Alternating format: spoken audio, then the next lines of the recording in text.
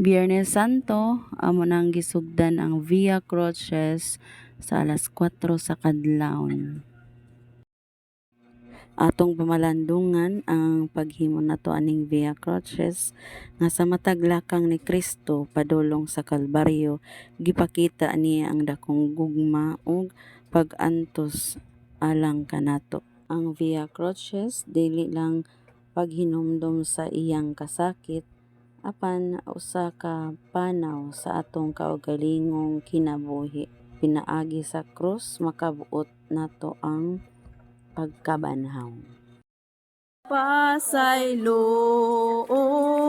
mo kami ang salangidong tanamo, dili na mag-usab kami.